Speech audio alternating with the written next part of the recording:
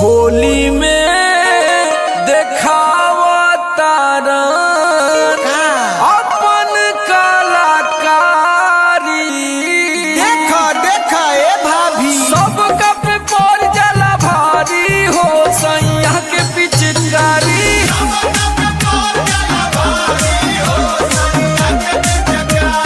सब कप पर जला भारी हो सैया के पिचकारी।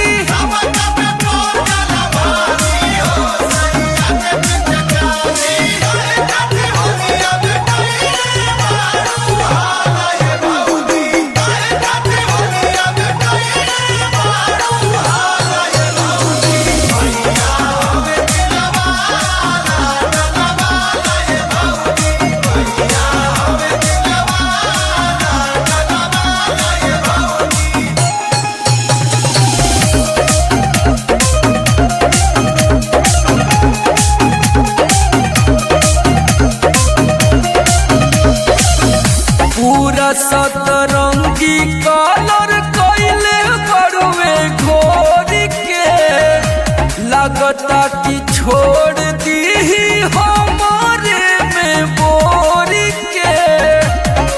ए सखी गजन कहाँ से लाइल हमरा कुछु ना बुझाइल। सौसे लटाइल बावे